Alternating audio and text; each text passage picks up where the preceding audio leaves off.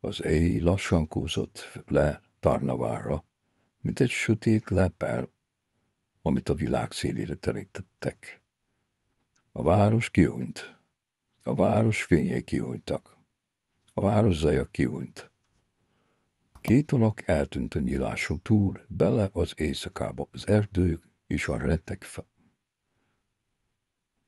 felé. Rétek felé.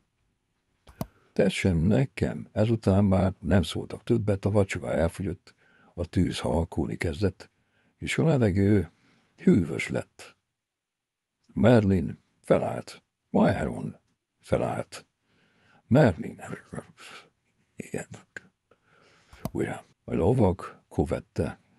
Miért nem ékezetesen írtam? A lovag követte. A löveg követte szemeben ez emberek színlelt közönjának megjelenését.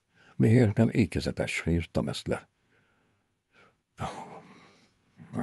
Nem pengetette, sem kart, sem balta. Ez álkapocs, de nem is akármié. A Vandi lassan bólintott. Én is így sejtem, itt valami mélyebbre nyúlik. Mit tudsz még mondani? Aurel nem válaszolt. A lovag felismerte annak arcán kívül jóvos kifejezést. Jó jel volt, elemében volt. Az alkimis elhúzott egy apró sötétben üvegcső. Az jobb is, ugye? Uvagcsét. Na majd mindjárt összejön. Üvegcsőt. Csőt. Domgerincről ereszkedett lefelé a korai délután bágyat fényében. Az ég szürkés fehér volt, a fák árnyai hosszú ujjakként nyúltak végig az avaron. Az ösvény kavicsos lejtőbe torkollott, az ösvény kavicsos lejtőbe torkolt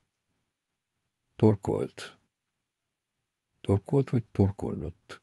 Az ösvény kavicsos lejtőbe torkolt, azt majd mindjárt újra veszem, s túl rajta távolban a velentölgyes sötét zöld sávja húzódott, mint egy mozdulatlan árnyék. Evandil és a különc varázsló, alkimista, na jó, azt szerintem az egészet újra ezt tovább